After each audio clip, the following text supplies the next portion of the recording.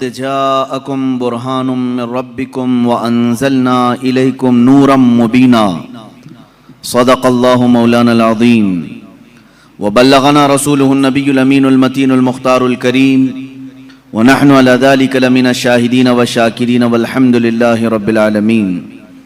بارگاہ رسالت معاب صلی اللہ تعالی علیہ وسلم میں درود پاک کا ہدیہ پیش کریں۔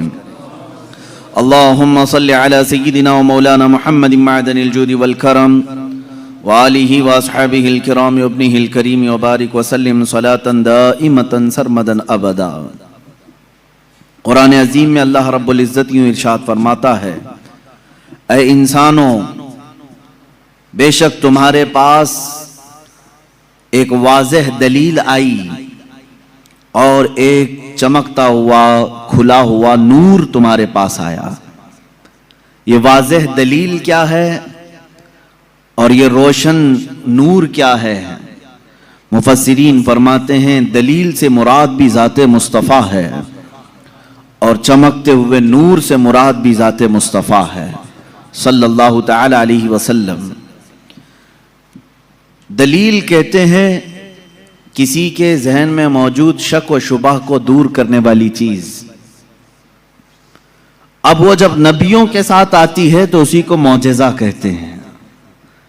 اور آج کی اس گفتگو میں ہم نے موضوع سخن بنایا ہے معجزات مصطفیٰ صلی اللہ تعالی علیہ وسلم۔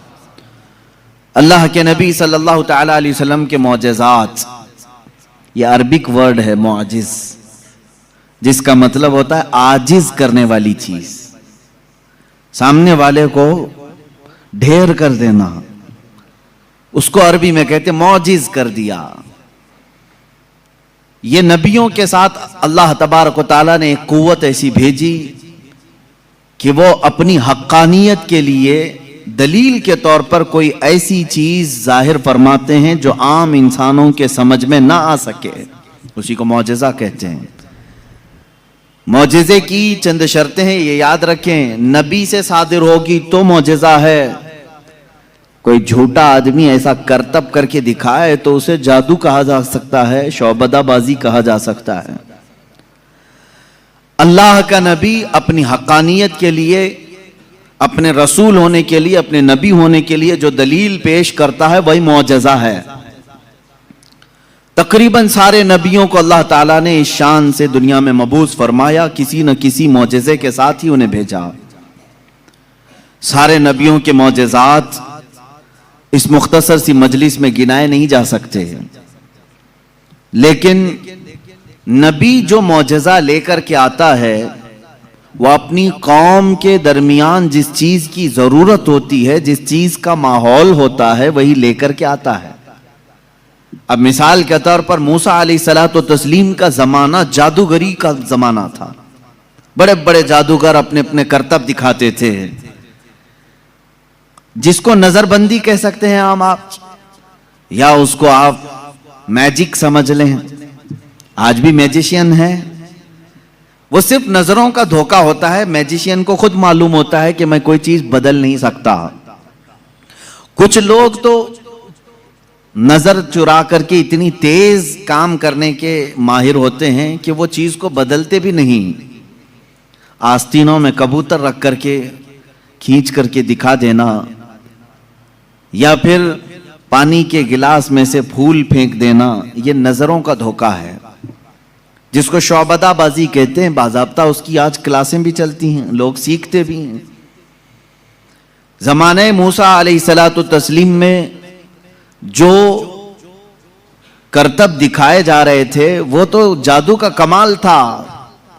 یہ وہ زمانہ تھا جب لوگ جادو کرتے تھے اور بہت ساری چیزوں کو بدل کر کے دکھا دیتے تھے۔ اسی لیے فرعون نے موسیٰ علیہ السلام کے مقابلے کے لیے جادوگروں کو ہی بلایا تھا، اس کا مقابلہ کرو۔ اور جادوگروں نے موسیٰ علیہ السلام کے سامنے جو چیز پیش کی وہ چھوٹی چھوٹی رسیوں کو زمین پر پھینک کر سانپ بنا کر کے دکھایا۔ سب سانپ بن کر کے زمینوں پر دوڑ رہے تھے۔ اللہ تعالیٰ نے موسیٰ علیہ السلام کو اس زمانے کا جو معجزہ عطا کیا تھا وہ آپ کا عصا ہے. جب وہ زمین پر ڈالتے تو اژدہا سانپ بن جاتا تھا, پھر اگر اسے پکڑ لیتے تو پھر لکڑی ہو جاتا. موسیٰ علیہ الصلوۃ والتسلیم نے جادوگروں کے مقابل میں اپنے عصا کو زمین پر پھینکا, وہ بڑا سانپ اور اژدہا بن کر کے سارے جادوگروں کے سانپوں کو ایک ہی سانس میں نگل گیا. اب اس سانپ کی ہیبت ایسی تھی کہ وہاں جو موجود تھے جادوگر, انہوں نے کہا آمنا برب موسیٰ و ہارون, ہم سب موسیٰ اور ہارون کے رب پر ایمان لے آئے. دوسرا جادو تو اب انہیں دکھانا بھی نہیں تھا, سیدھے وہ ایمان کی بات کر گئے. تو نبی جو ہے اپنے معجزے سے سامنے والوں کا عاجز کر دیتا ہے. اس میں واقعے میں آپ نے سمجھا کچھ؟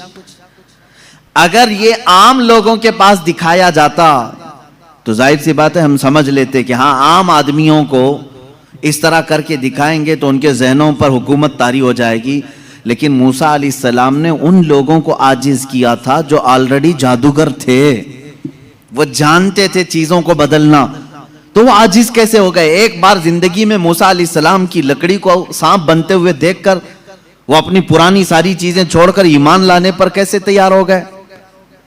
ان کو چاہیے تھا کہ ایک اور دوسرا جادو ٹرائی کرتے. میرے عزیزو, معلوم یہاں یہ ہوتا ہے کہ جادو جو ہے وہ نظروں کا دھوکہ ہوتا ہے. جو جادوگر رسیوں کو سانپ بنائے تھے انہیں معلوم تھا کہ یہ حقیقت میں رسی ہے, اس جادوگر کو وہ رسی دکھتی تھی, عوام کو سانپ نظر آتا تھا. جادوگر کو وہ چیز حقیقت میں وہی دکھتی ہے جو ہوتی ہے, لیکن لوگوں کو بدل کر کے دکھتی ہے. جادوگروں کو یہ معلوم ہوتا ہے. لیکن موسیٰ علیہ السلام نے جو لکڑی زمین پر ڈالی تھی وہ جادوگروں کی نظر میں بھی لکڑی نہیں دکھ رہی تھی, وہ حقیقت میں سانپ بنی ہوئی تھی. یہ معجزے اور جادو میں فرق ہے. جادو جو ہے نظروں کا دھوکہ ہو سکتا ہے اور معجزہ حقیقت کو تبدیل کر دیتا ہے, حقیقت کو بدل دیا جاتا ہے. عیسیٰ علیہ السلام کو اللہ رب العزت نے جو معجزہ عطا فرمایا, مردوں کو زندہ کرنا. آپ مٹی کے پرند بناتے تھے, پرندے, اس میں پھونک مارتے تھے تو وہ اڑنے لگ جاتے تھے. مادرزاد اندھے, پیدائشی جو اندھے یا کوڑ کی بیماری یا سفید داغ والے ہوں, ان کے جسم پر آپ ہاتھ رکھ دیتے وہ شفا یاب ہو جاتے ہیں, وہ صحیح ہو جاتے تھے. اور یہ بات ادھر ادھر کی کتابوں سے نہیں, اللہ کی کتاب سے ہے. اللہ رب العزت نے قرآن پاک میں خود ارشاد فرمایا, عیسیٰ علیہ السلام کا قول ہے, وَأُبْرِئُ الْأَكْمَحَ وَالْأَبْرَصَ وَأُحْيِي الْمَوْتَى بِإِذْنِ اللَّهِ, میں اندھوں کو صحیح کر دیتا ہوں, کوڑیوں کو صحیح کر دیتا ہوں, اور مردوں کو زندہ کر دیتا ہوں اللہ کے حکم سے. عیسیٰ علیہ السلام, اگر عیسیٰ علیہ السلام سے یہ سارے کام صادر ہوں تو یہاں کوئی شرک کا فتویٰ نہیں لگاتا کہ غیر اللہ سے ایسے کام نہیں ہو سکتے. نبی بھی تو غیر اللہ ہیں. یہی بات اگر ہم سلطان بغداد کے بارے میں کہیں تو یہ کہتے ہیں یہ کہانیاں ہیں ان کی. میرے عزیزو, کیا رسول پاک صلی اللہ علیہ وسلم نے نہیں فرمایا میری امت کے اولیاء بنی اسرائیل کے انبیاء کی طرح ہیں؟ بنی اسرائیل کے انبیاء جس طرح سے معجزات دکھاتے تھے, امت مصطفیٰ کے اولیاء اپنی کرامات دکھاتے ہیں. کرامت حق ہے.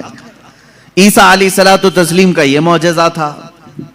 دیگر انبیاء اکرام علیہ السلام کو بہت سارے معجزے دیے, جیسے حضرت داؤد علیہ السلام, ان کے ہاتھ میں لوہا آتا تو نرم ہو جاتا تھا, وہ لوہے کو اپنے ہاتھ سے جیسی شکل چاہتے تھے بنا دیتے تھے.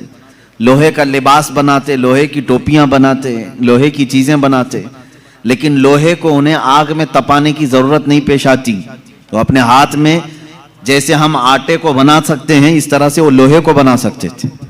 یہ اللہ کے نبی داؤد علیہ السلام کا معجزہ تھا. حضرت سلیمان علیہ السلام کا معجزہ یہ کہ آپ کو سارے پرندوں کی بولیاں سکھائی گئی تھی, جنات کی اور سارے تقریباً مخلوقات کی بولیاں آپ کو سکھا دی گئی تھی. اور دوسری چیز آپ کو معجزے میں یہ دیا گیا کہ سلیمان علیہ السلام جس طرف چاہتے ہوا اس طرف چلتی. فَسَخَّرْنَا لَهُ الرِّيحَ, اللہ فرما رہا ہے ہم نے ہوا کو ان کے لیے تابع بنا دیا تھا, ان کے مسخر کر دیا تھا. پھر اتنا ہی نہیں, آج سے تقریباً 4000 سال پہلے سلیمان علیہ السلام نے اپنے تخت کو ہوا میں اڑایا ہے.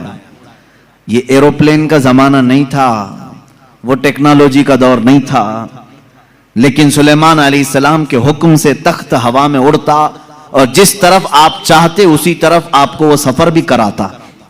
یہ آپ کا معجزہ تھا. جنات پر آپ کو حکومت دی گئی تھی.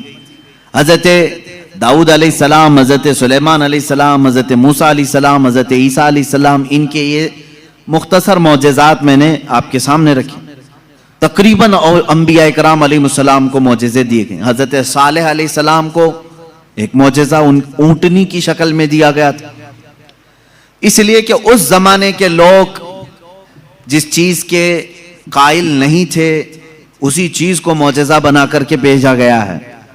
یعنی عیسیٰ علیہ السلام کے زمانے میں لوگ یہ کہتے تھے مرنے کے بعد دوبارہ زندہ نہیں ہو سکتے. عیسیٰ علیہ السلام کو وہی معجزہ دے کر بھیجا اللہ نے، مردوں کو زندہ تم کر کے دکھاؤ. جب نبی کر کے دکھا سکتے ہیں تو اللہ دوبارہ کیسے نہیں زندہ کرے گا. صالح علیہ السلام کے زمانے میں لوگ اس بات کے انکاری تھے کہ بغیر باپ کے کوئی بیٹا ہو نہیں سکتا، بغیر باپ کے کوئی بیٹا پیدا نہیں ہو سکتا. آدم علیہ السلام کیسے آ گئے دنیا میں، ایسا کیسے ہو سکتا ہے. صالح علیہ السلام کو اللہ تعالیٰ نے حکم فرمایا تم اپنی قوم کو لے جاؤ ایک پہاڑ کے پتھر پر، پتھر سے کہو کہ اس میں سے اونٹ پیدا کر کے دیں. حضرت صالح علیہ السلام نے اس پتھر کے پاس کھڑے ہو کر فرمایا تو پتھر سے ایک اونٹنی کا بچہ نمودار ہوا. اس اونٹنی کا نہ باپ ہے نہ ماں ہے اور اپنی برادری سے اپنی نسل سے بھی نہیں، بلکہ پتھر ایک جامد چیز سے اونٹ پیدا ہوا. اس اونٹنی کا ذکر بھی قرآن پاک میں ہے. یہ معجزے کے طور پر دیا گیا تھا صالح علیہ السلام کو. عزیزان گرامی وقار، ان انبیاء کرام کو ان کے زمانوں کی جو ضروریات تھی، جو تقاضے تھے، وہ معجزے دیے گئے. اور سید الانبیاء محمد رسول اللہ صلی اللہ تعالی علیہ وسلم کو ان تمام انبیاء کے جو معجزات تھے وہ تنہا حضور کو عطا کیے گئے. حسن یوسف دم عیسیٰ ید بیضا داری، آنچ خوباں ہمہ دارند تو تنہا داری. اے رسول پاک، یوسف کا حسن بھی آپ کے پاس ہے، عیسیٰ کا دم بھی آپ کے پاس ہے اور موسیٰ کا ید بیضا بھی آپ کے پاس ہے. وہ تمام خوبیاں جو رکھتے تھے انبیاء، یا رسول اللہ تنہا آپ کی ذات میں اللہ نے وہ جمع کیا. امام عشق و محبت نے فرمایا ذات ہوئی انتخاب وصف ہوئے لاجواب، ذات ہوئی انتخاب وصف ہوئے لاجواب، نام ہوا مصطفیٰ تم پہ کروڑوں درود. ایک ذات ہے، ہزاروں وصف اس میں جمع کیے اللہ نے، ہزاروں وصف جمع کیے. اب معجزات میں شروع کرتا ہوں اس لیے کہ ہمارا وقت بہت تیزی سے چلتا ہے اور وقت کی سوئیاں ہمیں کاٹتے ہوئے چلی جاتی ہیں. اللہ ہمارے وقت میں برکت عطا فرمائے. اس بات کو میں محسوس کرتا ہوں کہ جب میلاد مصطفیٰ ہو، رسول کریم صلی اللہ تعالی علیہ وسلم کے تذکرے ہوں، آپ کو بھی احساس ہوتا ہوگا، آپ کو بھی احساس ہوتا ہوگا، مجھے خود احساس ہوتا ہے 1.5 گھنٹہ 2 گھنٹہ یا جس قدر بھی یہاں بیٹھے ہیں کب وقت گزر گیا پتہ ہی نہیں چلا. محفل ختم ہوتی ہے تو ہم گھڑیاں دیکھتے ہیں، کیا ہم اتنی دیر تک بیٹھے رہے؟ پہلو میں درد بھی نہیں ہوا، پیٹھ میں کمر میں کوئی کسک بھی نہیں آئی، اس میں اتنا لگاؤ کیسے رہا؟ عزیزان گرامی وقار، اس سے بعض علماء نے یہ مسئلہ اخذ کیا کہ جب محبت کرنے والا محب اپنے محبوب کے تذکرے میں رہتا ہے تو اسے وقت کا اندازہ نہیں ہوتا. اسی لیے لوگوں نے کہا قیامت کا دن اگرچہ 50,000 سال کا ہو، اگرچہ 50,000 سال کا ہو، لیکن جو لواء الحمد کے نیچے آ گیا وہ میرے مصطفیٰ کی شان بیان کر رہا ہوگا. یہاں تک کہ قیامت کا یہ 50,000 سال کا جو ایک دن ہے، روایات میں بتایا گیا ہے عاشقان مصطفیٰ کو ایسا لگے گا جیسے بجلی چمکی اور ختم ہو گئی. لوگ کہتے ہیں قیامت آئی بھی اور چلی بھی گئی. وہ لمبا دن ان کے لیے بھاری ہوگا جو گستاخی رسول میں اپنی پیٹ مروڑتے رہتے ہیں، ان کے لیے بھاری ہوگا جن کے سینے رسول اللہ کی محبت سے منور نہیں ہیں. عزیزان گرامی وقار، یہی بات تو قبر میں بھی ہے. یہی بات بعض لوگوں کو دفن کیا جاتا ہے. تذکرہ سنیں اور جی لگا کر کے سنیں. میرے آقا کی محفل میں بیٹھیں تو سستی اور کاہلی نہیں بلکہ اس کے آداب ہیں. آپ وضو سے بیٹھیں، ہمتن گوش ہو کر بیٹھیں. ہلکی سی بھی سستی آئے تو اپنے آپ کو کوسیں کہ نہیں، میں مصطفیٰ کریم کی میلاد میں بیٹھا ہوں, میرے آقا کے تذکرے میں بیٹھا ہوں. بعض لوگوں کو دفن کیا جاتا ہے, قبر کی زندگی معلوم ہے کتنی سخت ہوتی ہے. کہا گیا وہاں کا 1 منٹ 1 سال کے برابر ہو سکتا ہے. مردے پر وقت ہی نہیں گزرتا, وقت ہی نہیں جاتا, وہ روز انتظار کرتا ہے, روز انتظار کرتا ہے. لیکن بعض میتیں وہ ہیں جن پر وقت بہت تیزی سے گزر جاتا ہے, یہاں تک کہ قیامت کا سور پھونکا جاتا ہے, قبریں کھولی جاتی ہیں, لوگوں کو اٹھایا جاتا ہے. تو بعض مردے یہ کہہ کر کے اٹھتے ہیں, بارے الہ اتنی جلدی قیامت آ گئی, کل ہی تو میرے گھر والوں نے دفن کیا تھا, آج میں میدان محشر میں جمع ہو گیا. جبکہ وہ 500 سال سو چکے ہوں گے, 1000 سال سو چکے ہوں گے. فرق کیوں؟ بعض مردوں پر وقت نہیں بیتتا, بعض لوگوں پر وقت تیزی سے چلا جاتا ہے. وجہ یہ ہے کہ جس کی قبر میں جلوہ مصطفیٰ نظر آ جائے, میرے آقا صلی اللہ تعالی علیہ وسلم اس کی قبر میں آ جائیں اور وہ جلوہ جہاں آرا کو دیکھنے میں مصروف ہو, تو قیامت کا سور پھونک دیا جائے گا, وہ انہی جلووں میں مست ہو چکا ہوگا اور اسے وقت کا احساس نہیں ہوگا. اے اللہ ہمیں اس جماعت میں شامل فرما. اب ہم معجزات مصطفیٰ صلی اللہ تعالی علیہ وسلم کی طرف چلتے ہیں. اللہ کے نبی صلی اللہ تعالی علیہ وسلم کو میرے مولا نے جو معجزے دیے تھے وہ الگ الگ ہیں, حسی معجزے, معنوی معجزے. آپ صلی اللہ تعالی علیہ وسلم کا سب سے بڑا معجزہ کیا ہے میں اس کو آخر میں عرض کرتا ہوں, لیکن ایک بات یاد رکھیں, حضور کی پوری زندگی معجزہ ہے, سب پوری زندگی معجزہ ہے. آپ کے جو بیانات ہیں وہ حدیثیں وہ معجزہ ہیں. حضور پاک صلی اللہ تعالی علیہ وسلم کا چلنا پھرنا اٹھنا بیٹھنا سب معجزے کی شکل میں ہے, اس لیے کہ اس طرح کی چیزیں عام آدمی کر نہیں سکتا. جو یہ دعویٰ کرے کہ میں حضور کے برابر ہو سکتا ہوں, معاذ اللہ رب العالمین, اس کو آج ہمارا بیان ضرور سننا ہوگا. معجزات مصطفیٰ صلی اللہ تعالی وسلم, ایک ایک چیز حضور صلی اللہ تعالی علیہ وسلم کی زندگی پوری کائنات کو آج بھی چیلنج کر رہی ہے, عاجز کر کے رکھی ہے. تو کون سی کھیتی سے نکل کر برابری کا دعویٰ کرتا ہے؟ حضور اکرم صلی اللہ تعالی علیہ وسلم کی ذات ستودہ صفات, اللہ کے نبی صلی اللہ تعالی علیہ وسلم کے بچپن کی بات لیتے ہیں, آج پیدا ہوئے, میلاد مقدس ہے, اور زمانے رسول صلی اللہ تعالی علیہ وسلم میں یعنی ولادت کے زمانے میں مکہ کا ماحول تھا کہ بچے پرورش کے لیے دایاؤں کے پاس دے دیے جاتے تھے. وجہ یہ تھی کہ بچہ شہر کی گہما گہمی سے دور رہے, اس کی زبان محفوظ رہے. دیہات والوں کی زبانیں وہاں اچھی ہوتی تھیں, عربی, اور شہر میں ہوتا یہ تھا کہ ہر جگہ کے لوگ مکہ میں آتے تھے, مکس نہ ہو جائے. تو مکہ والے خاص طور پر اپنے بچوں کی زبان کی حفاظت کے لیے شروع کے چند دن کسی دایا کے پاس رکھتے تھے. رسول کریم صلی اللہ تعالی علیہ وسلم جب پیدا ہوئے, یہ وہی زمانہ ہے جب بنو سعد قبیلے کی دایا عورتیں ہیں. ایک قبیلہ ہے جس قبیلے کی ساری خواتین بچوں کو پالتی تھیں اور 2 سال کے بعد لے جاتی تو بھاری معاوضہ ملتا تھا, اجرت ملتی تھی, وہ پیسوں پر دودھ پلاتی تھیں. اسی اعتبار سے بنو سعد قبیلے کی خواتین مکہ میں آئیں. انہی خواتین میں ایک حلیمہ سعدیہ بھی ہیں. وہ کہتی ہیں جب مکہ پہنچے میری اونٹنی لنگڑی تھی جس کی وجہ سے میں تاخیر سے پہنچی. ساری عورتیں مکہ میں جو نومولود بچے تھے سب کے پاس گئیں اور ان سے بھاؤ تاؤ کیا, معاوضہ طے کیا اور بچے لے لیں. حضرت حلیمہ سعدیہ کہتی ہیں میں تاخیر سے پہنچی, تقریباً بچے جا چکے تھے, ایک بچہ باقی تھا, وہ آمینہ کا در یتیم تھا. میں وہاں آئی, میں نے دیکھا اور اس کے بعد پوچھا کون ہے اس بچے کا سرپرست. کہا بچے کی ولادت سے 6 ماہ پہلے ہی اس کے والد کا وصال ہو چکا ہے. حلیمہ کہتی ہے میں چھوڑ کر باہر چلی آئی, میں نکل آئی کہ باپ ہے نہیں بچے کا, میں اگر دودھ پلا بھی دوں 2 سال کے بعد مجھے اجرت دے گا کون, کون معاوضہ دے گا؟ وہ کہتی ہیں پھر پورا مکہ چھان ماری لیکن اب کوئی بچہ نہیں ملا. شام ہو گئی تھی, شوہر ساتھ میں تھا. حلیمہ سعدیہ سے شوہر نے کہا اے حلیمہ خالی ہاتھ جانے سے بہتر ہے کہ وہ یتیم کو ساتھ لے جائیں, یتیم در یتیم ہے, ساتھ لے جائیں.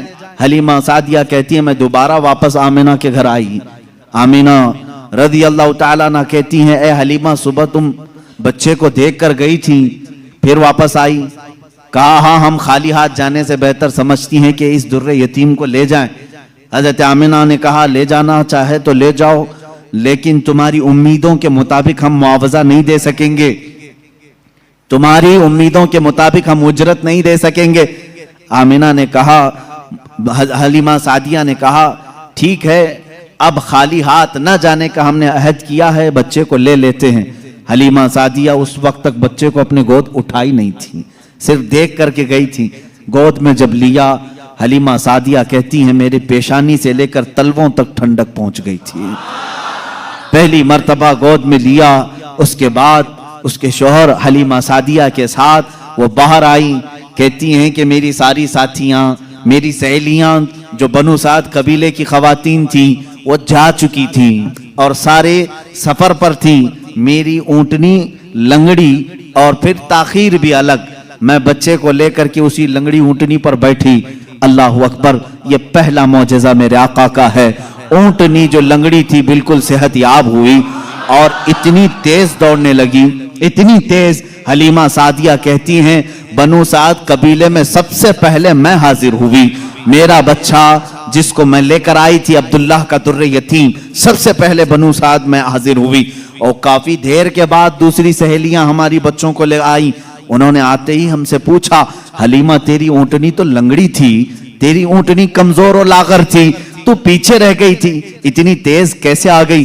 حلیمہ سعدیہ کہتی ہیں ہاں اونٹنی میری لنگڑی تھی لیکن سوار بہت ہی اعلیٰ تھا، جیسے ہی یہ بچہ اس اونٹنی پر سوار ہوا نہ جانے اس میں طاقت کہاں سے آئی، سب سے پہلے میں حاضر ہوئی۔ ساری عورتوں نے محسوس کیا یہ ایک معجزہ نہیں، بنو سعد جو قبیلہ ہے وہ آج بھی ہے طائف کے قریب، آج بھی وہ قبیلہ ہے حلیمہ سعدیہ کا قبیلہ جس کو بنو سعد کہتے ہیں۔ اس قبیلے والوں کا بیان ہے کہ یہ رات ایسی تھی پورے بنو سعد قبیلے کی بکریوں کے دودھ سے تھن بھر چکے تھے، سارے قبیلے والوں کی بکریوں کے تھن دودھ سے بھر چکے تھے۔ حلیمہ سعدیہ کہتی ہیں جب میں بچے کو گھر میں لے آئی تو عجیب سی راحتیں اور برکتیں اور ہوائیں چلنے لگی، لوگوں نے محسوس کیا آج تک بنو سعد قبیلے میں ایسی خوشگوار ہوائیں آئی نہیں تھی، لیکن لوگوں نے بعد میں یہ محسوس کیا یہ حلیمہ سعدیہ کے گھر جو بچہ آیا ہے اسی کی برکتیں ہیں۔ ایک کے بعد دیگرے لوگوں نے معجزے دیکھے بھی۔ حلیمہ سعدیہ کی جو بیٹی ہیں شیمہ، جو حضور صلی اللہ علیہ وسلم کی دودھ شریک بہن ہے، حضور کی دودھ شریک بہن ہے، وہ کہتی ہیں میں محمد صلی اللہ تعالی علیہ وسلم کو گود میں لے کر رات میں بیٹھتی تھی، 1 سال کے نہیں تھے، 9 ماہ کے تھے، جب میں گود میں لے کر بیٹھتی تھی، تاریک راتیں ہوں یا اجالی راتیں ہوں، کھلے آسمان کے نیچے میں آ کر بیٹھتی۔ محمد عربی صلی اللہ علیہ وسلم کی پرورش میں حلیمہ کا گھرانہ لگا ہے، کہتی ہیں ہم مالدار نہیں تھے، کھیل کھلونے والی چیزیں ہمارے گھر نہیں ہوتی تھی، لیکن شیمہ کہتی ہیں جب محمد میری گود میں ہوتے رات کو 14ویں کا چاند چمک رہا ہوتا اور محمد صلی اللہ علیہ وسلم گود سے انگلی کو یوں اٹھاتے، چاند ادھر چلا جاتا، کبھی چاند ادھر جاتا، گود میں انگلی جس طرف کرتے وہ چاند ادھر ہی جھک جاتا تھا۔ اعلیٰ حضرت امام عشق و محبت فاضل بریلوی رضی اللہ تعالیٰ عنہ یوں فرماتے ہیں چاند جھک جاتا ادھر، انگلی اٹھاتے مہد میں، کیا ہی چلتا تھا اشاروں پر کھلونا نور کا، کیا ہی چلتا تھا اشاروں پر کھلونا نور کا، صبح طیبہ میں ہوئی بٹتا ہے باڑا نور کا، صدقہ لینے نور کا، آیا ہے تارا نور کا۔ عزیزان گرامی، کھلونا بنا ہے کون؟ جس سے پوری دنیا آج تک کھیل نہ سکی، وہ محمد عربی صلی اللہ علیہ وسلم کا کھلونا بنا ہے۔ یہ میرے آقا صلی اللہ علیہ وسلم کے معجزات گود کے معجزات ہیں، گود کے معجزات ہیں۔ اب میں یہاں پر ایک بات یہ بتانا چاہتا ہوں، ان لوگوں کے ذہن کو میں صاف کرنا چاہتا ہوں جو لوگ یہ کہتے ہیں حضور صلی اللہ تعالی علیہ وسلم 40 سال کے بعد نبی بنائے گئے، 40 سال کے بعد نبی بنائے گئے۔ بہت سارے لوگوں نے کتابوں میں بھی لکھ دیا۔ میرے عزیز بات کو سمجھا کرو، نبی بنائے گئے یہ جملہ توجہ، اور ہمارا عقیدہ یہ ہے 40 سال کے بعد حضور نے اپنے نبی ہونے کا اعلان فرمایا۔ نبی بنائے گئے الگ چیز ہے، وہ نبی کب بنائے گئے تھے یہ خود رسول پاک سے پوچھو، آپ کب نبی بنائے گئے تھے؟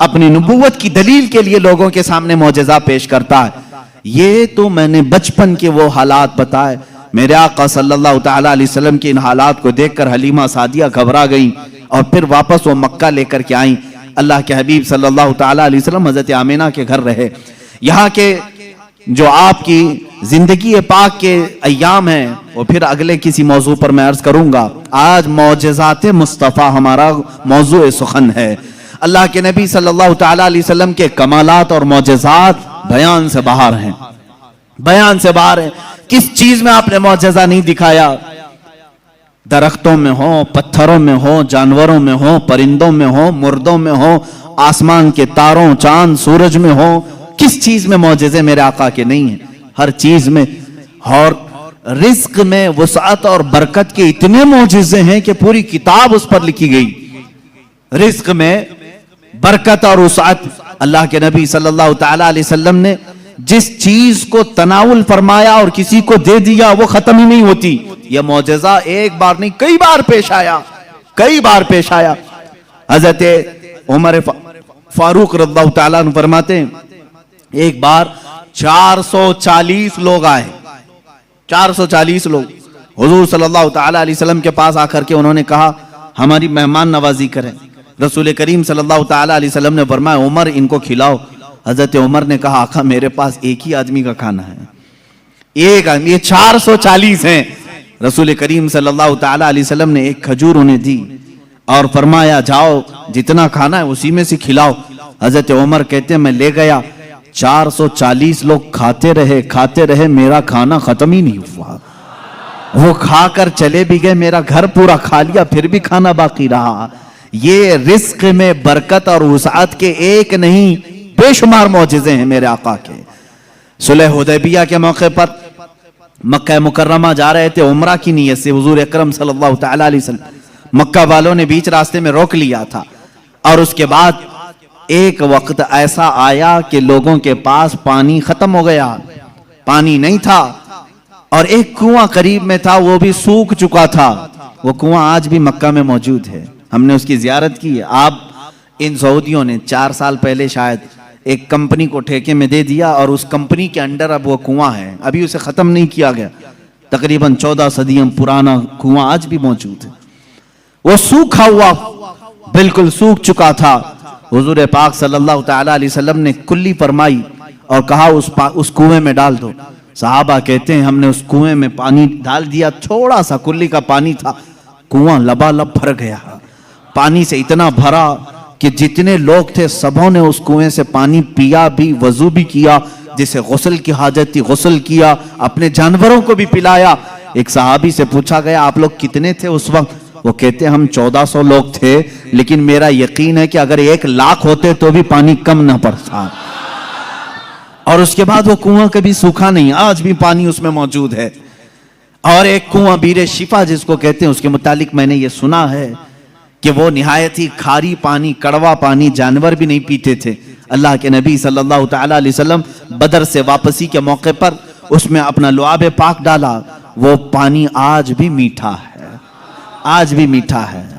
ان سعودیوں نے اس میں سیمنٹ بھر دیا, ڈامر ڈال دیا, تارکول ڈالا, کیمیکل ڈالا. ان کے اعتبار سے یہ شرک ہے. یہ سب سنی لوگ آتے ہیں تبرک سمجھ کر کے اس پانی کو نکالتے ہیں, اس کی کوئی اصل نہیں, اس کی کوئی سند نہیں, اس کا کوئی ثبوت نہیں. اور اس غصے میں انہوں نے کنویں میں ہر چیز ڈالی, لیکن پانی بھی بڑا ضدی ہے, ہر چیز کو نکل کر کے پھر باہر آتا. ساری چیزیں ختم ہوتی ہیں. ابھی 6 مہینے پہلے کے سفر میں بھی پانی پی کر کے آئے. انہوں نے وہاں پہرے دار لگائے. آج بھی پتہ نہیں بغض کس بات کا ہے, بغض کس چیز کا ہے. تمہیں سینما تھیٹروں سے تکلیف نہیں ہوئی, بیر شفا سے اتنی تکلیف. تمہیں بیچ کھولنے میں شرم و حیا نہیں آئی. مصطفیٰ کریم صلی اللہ تعالیٰ علیہ وسلم کے عشاق اور محبت کرنے والے اگر تاریخ کی کسی چیز کو دل و جان سے یقین کے ساتھ عمل کرتے ہیں اور انہیں شفا بھی ملتی ہے تو ان کے پیٹ میں درد کیوں ہوتا ہے؟ حیرت کی بات ہے. عزیزان گرامی وقار, ایک بات, ایک فارمولہ تو مجھے سمجھ میں آتا ہے, ہر آدمی اپنے بڑوں کی روش پر چلتا ہے, ہر آدمی اپنے آقاؤں کو ضرور خوش کرتا ہے. الحمدللہ ہم ان تبرکات پر مر مٹتے ہیں، جان دیتے ہیں اس لیے کہ ہمارے آقاؤں کا تبرک ہے، اور یہ ہر اس چیز کو مٹانے کی کوشش کرتے ہیں اس لیے کہ یہ بھی اپنے آقاؤں کی نسل میں سے ہیں۔ یہودی ہمیشہ چاہتے تھے کہ نام مصطفیٰ مٹا دیا جائے، ہمیشہ چاہتے تھے، تورات میں کھرچ کھرچ کر کے نام نکالے انہوں نے، لیکن اعلیٰ حضرت فاضل بریلوی رضی اللہ تعالیٰ عنہ نے یہ فرمایا، تو گھٹائے سے کسی کے نہ گھٹا ہے نہ گھٹے، جب بڑھائے تجھے اللہ تعالیٰ تیرا، مٹ گئے مٹتے ہیں مٹ جائیں گے آدھا تیرے، نہ مٹا ہے نہ مٹے گا کبھی چرچا تیرا۔ حضور پاک صلی اللہ تعالیٰ علیہ وسلم کی کوئی چیز تم تاریخ سے نہیں مٹا سکو گے۔ بہرحال رزق میں برکت اور وسعت کے بے شمار معجزات ہیں۔ ایک بار تو کمال کی بات ہے، مقام زورا پر حضور پاک صلی اللہ تعالیٰ علیہ وسلم تشریف فرمائے، یہاں صحابہ کہتے ہیں ہمارے پاس پانی پھر ختم ہو گیا، پانی کچھ بھی نہیں تھا، نہ کنواں قریب میں تھا، کنواں تھا تو کلی فرمائی، کنویں کا پانی باہر آیا۔ حضرت موسیٰ علیہ السلام کا معجزہ یاد ہوگا آپ کو، آپ نے لکڑی سے پتھر پر مارا ایک مرتبہ، 12 چشمے باہر نکلے، قرآن پاک میں ہے، قرآن نے فرمایا فَانْفَجَرَتْ مِنْهُ اثْنَتَا عَشْرَةَ عَيْنًا، 12 چشمے پانی کے نکلے تھے، اور اس لیے کہ ان کی امت میں 12 قبیلے تھے، 12 قبیلوں کے لیے 12 چشمے نکل گئے۔ کس چیز سے موسیٰ علیہ السلام نے مارا؟ اپنے عصا سے۔ کس پہ مارا؟ پتھر پہ، پتھر سے 12 چشمے نکلے۔ مصطفیٰ کریم صلی اللہ تعالیٰ علیہ وسلم سفر میں، صحابہ تشریف لائے، شکایت کی پانی کی، اللہ اللہ میں یہاں پر عقیدے پر قربان جاؤں صحابہ کے، ان سے کیوں نہیں کہتے پانی برسانا پانی دینا اللہ کا کام ہے؟ وہ صحابہ حضور کے پاس بار بار کیوں آ جاتے تھے؟ کھانا نہیں ہے تو حضور کے پاس، پانی نہیں ہے تو حضور کے پاس، بیماری ہے تو حضور کے پاس، اس لیے کہ انہی صحابہ کا عقیدہ بریلی کے امام نے لیا ہے، جن کا کہنا تھا شافی و نافی ہو تم، وافی و کافی ہو تم، درد کو کر دو دوا، تم پہ کروڑوں درود، آنکھ عطا کیجئے اس میں ضیاء دیجئے، جلوہ قریب آ گیا تم پہ کروڑوں درود۔ وہ مانگنے کے لیے آتے تھے میرے آقا صلی اللہ علیہ وسلم کی بارگاہ میں، اور جنہوں نے کہا رسول اللہ سے مانگنا حرام ہے، معاذ اللہ رب العالمین، ان کو اللہ تعالیٰ نے ایسوں کا محتاج بنایا، در در کی ٹھوکریں کھاتے ہوئے آج بھی ذلیل و خوار ہے۔ اسی لیے میرے امام نے کہا ہے جو تیرے در سے یار پھرتے ہیں در بدر یوں ہی خار پھرتے ہیں، در بدر یوں ہی خار پھرتے ہیں۔ ہمیں فخر ہے اس بات پر ہم محتاج ہیں تو مدینے کے تاجدار کے، رسول کریم صلی اللہ تعالیٰ علیہ وسلم سے مانگیں گے، اس لیے مانگتے ہیں کہ رب ہے موتی یہ ہے قاسم، رزق اس کا ہے کھلاتے یہ ہیں، رزق اس کا ہے کھلاتے یہ ہیں۔ ہم خالق سمجھ کر، ہم رسول اللہ کو رازق سمجھ کر نہیں جا رہے ہیں، بلکہ وہ رزاق حقیقی کے نائب ہیں۔ اسی لیے اعلیٰ حضرت فاضل بریلوی نے فرمایا ہے کہ رب ہے موتی یہ ہے قاسم، رزق اس کا ہے کھلاتے یہ ہیں، بخدا خدا کا یہی ہے در، نہیں اور کوئی مفر مخر، جو وہاں سے ہو یہیں آ کے ہو، جو یہاں نہیں تو وہاں نہیں، یہ اعلیٰ حضرت نے فرمایا۔ بہرحال رسول کریم صلی اللہ تعالیٰ علیہ وسلم کے پاس اب صحابہ آئے پانی کی شکایت لے کر کے، پانی یہاں پر بھی نہیں ہے۔ حضور پاک صلی اللہ علیہ وسلم نے فرمایا کنواں بھی قریب نہیں، تالاب بھی قریب نہیں، پتھر بھی قریب نہیں۔ ایک صحابی سے کہا کہ برتن کچھ ہے تمہارے پاس؟ کہا ایک برتن میں اتنا پانی ہے کہ یا تو پی سکتا ہوں یا تو وضو کر سکتا ہوں۔ حضور پاک صلی اللہ علیہ وسلم نے فرمایا وہی لے آؤ، برتن کو قریب رکھا اور اپنا دست مبارک اس میں رکھا۔ صحابہ فرماتے ہیں ہر انگلی پاک سے پانی کے چشمے جاری تھے، جیسے فوارے نکلتے ہیں، فاؤنٹن جس طرح ہوتے ہیں، حضور پاک صلی اللہ تعالیٰ علیہ وسلم کی انگلیوں سے چشمے نکلنے لگے۔ پھر امام اہل سنت فاضل بریلوی فرماتے ہیں انگلیاں ہیں فیض پر ٹوٹے ہیں پیاسے جھوم کر، انگلیاں ہیں فیض پر ٹوٹے ہیں پیاسے جھوم کر، ندیاں پنجاب رحمت کی ہیں جاری، واہ واہ۔ پنجاب رحمت کی، پنجاب رحمت کا مطلب پنجاب جو ہمارا ہے اس کو اس لیے پنجاب کہتے ہیں، 5 ندیاں ہیں وہاں پر۔ میرے آقا صلی اللہ تعالیٰ علیہ وسلم کے صرف دست مقدسہ میں رحمت کے پنجاب تھے، 5 انگلیوں سے 5 چشمے نکلے، اور اس وقت صحابہ فرماتے ہیں ہم تقریباً 300 لوگوں نے اس سے وضو بھی کیا، پانی بھی پیا، جانوروں کو بھی پلایا۔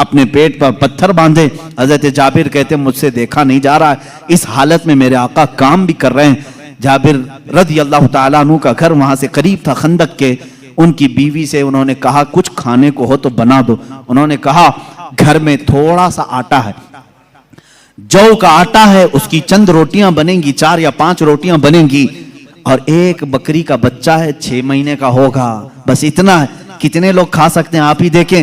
کہا اتنا ہی ذبح کر, میں رسول پاک صلی اللہ علیہ وسلم کو, حضرت ابو بکر کو, حضرت عمر کو, اور میں رہوں گا, میرے گھر والے رہیں گے, کھلا دیں گے. وہ آئے, کان میں آ کر کے حضور سے کہا یا رسول اللہ صلی اللہ تعالیٰ علیہ وسلم, گھر میں ایک چھوٹا سا بکری کا بچہ ہے, ہم نے ذبح کیا ہے, تھوڑا سا آٹا ہے, آپ ابو بکر عمر گھر پر تشریف لائیں. اللہ کے نبی صلی اللہ علیہ وسلم نے دعوت قبول کر لی. کہا جابر جاؤ تم کھانا بناؤ, لیکن جب تک میں نہ آؤں ہانڈی چولہے سے نہ اتارو اور روٹیوں کے ٹکڑے نہ کرو. حضور پاک صلی اللہ علیہ وسلم کی یہ بات سن کر کے وہ جانے لگے تھے. ابھی حضور نے پلٹ کر جتنے صحابہ تھے کہا اے میرے صحابہ, جابر کے گھر میں سب کی دعوت ہے, چلو. جابر کے گھر میں دعوت, 1500 صحابہ تھے, 1500 صحابہ. حضرت جابر گھبرا گئے, دوڑتے ہوئے آئے, اپنی بیوی سے کہا اے خاتون بڑا غضب ہو گیا, میں نے 3 کو دعوت دی تھی, حضور نے 1500 کو بلایا ہے. ان کی شریک حیات ایک صحابیہ تھی, توکل کے اعلیٰ درجے پر تھی, پوچھتی ہیں اے جابر آپ نے بلایا ہے یا رسول اللہ نے بلایا ہے؟ حضرت جابر کہتے ہیں میں نے کسی کو نہیں بلایا, رسول اللہ نے بلایا ہے. کہتے ہیں پھر فکر چھوڑو, جنہوں نے بلایا وہی کھلائیں گے, جنہوں نے بلایا وہی کھلائیں گے. ہم کو اس بات کی کیا فکر ہے, ہمیں تو کھانا بنانا ہے, وہ آئیں گے, جس کو انہوں نے دعوت دی وہ کھلائیں گے. ہم نے 3 کو دعوت دی, ہم 3 کو کھلائیں گے. رسول نے جتنوں کو دعوت دی وہ ان کو کھلائیں گے. یہ خاتون کا عقیدہ دیکھیں, صحابیہ ہیں. حضرت جابر رضی اللہ تعالیٰ عنہ فرماتے ہیں گھر میرے آقا تشریف لائے, گھر میں بیٹھنے کی جگہ بھی 10 لوگوں کی تھی, 10 لوگ بیٹھ سکتے تھے. اللہ کے حبیب صلی اللہ تعالیٰ علیہ وسلم تشریف لائے اور اس ہانڈی کو جو چولہے پر رکھی ہوئی تھی کہا اس کو اتارنا نہیں, اس میں اپنا لعاب پاک ڈالا اور اس کے بعد فرمایا نکال کر دیتے جاؤ. حضرت جابر کہتے ہیں 10 لوگوں کا کھانا نکالتا تھا, روٹیاں دسترخوان پر بچھائی جاتی تھی. شام ہو گئی, 1500 صحابہ کھا لیے, ابھی میری ہانڈی میں آدھا کھانا باقی ہی رہا. یہ معجزہ ہے میرے آقا صلی اللہ علیہ وسلم کا. رزق میں وسعت اور برکت صرف لعاب پاک سے. جو برابری کا دعویٰ کرتے ہیں وہ بھی اپنے گھر کی ہانڈیوں میں تھوک کے دکھائیں, تمہارے گھر والے نہ کھائیں. مصطفیٰ کریم صلی اللہ علیہ وسلم جس پہ لعاب لگا دیں, 1500 جلیل القدر صحابہ کھائیں گے بھی اور ہانڈی میں بچا بھی رہ جائے گا. عزیزان گرامی, برابری کا دعویٰ نہ کرو ورنہ تھوکو گے تو مر جاؤ گے تمہارے گھر میں. کبھی زہر نہ ہو جائے تمہارے تھوک میں, تھوکو گے تو بچے مر بھی جائیں گے. بہرحال یہ معجزہ ایک ہی نہیں پیش آیا, 3 معجزے یہاں پر آئے. 3 معجزے حضرت جابر کے گھر میں تنہا. حضور پاک صلی اللہ تعالیٰ علیہ وسلم دعوت کے لیے آئے بھی. اس کے بعد دوسری بات یہ بھی ہوئی, ان کے گھر میں ایک حادثہ ہو گیا تھا. ان کے گھر میں حادثہ یہ ہوا, بکری کو ذبح کیا تھا باپ نے.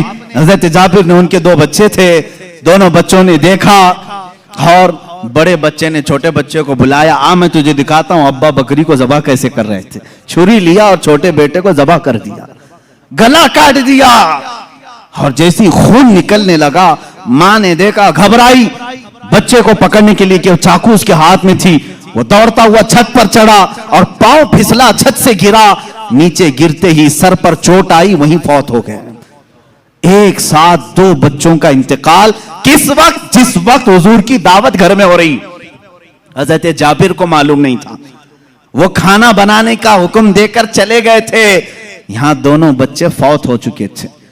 لیکن اس وفا شعار خاتون کے جذبے کو ہزاروں سلام. دونوں بچوں کی لاشوں کو اٹھائی, گھر کے ایک کونے میں لے کے آئی اور ان پر چادر ڈال دیا.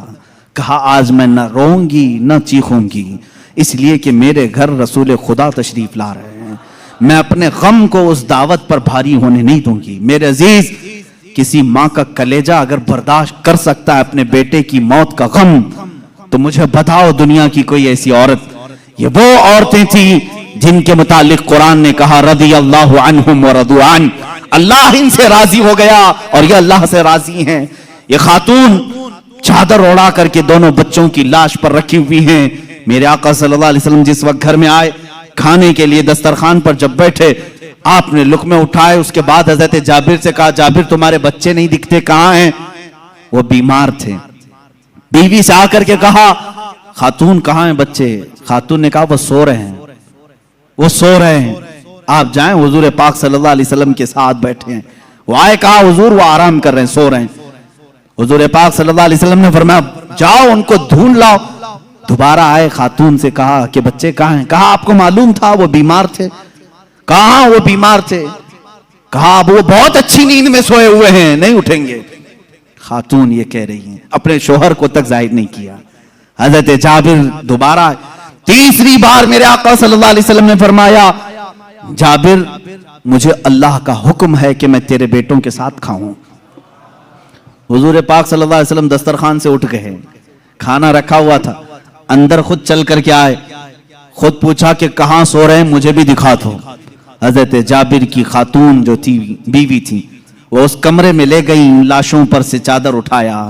حضرت جابر کہتے ہیں میں دیکھ کر کے دہل گیا, بچوں کی لاشیں ہیں.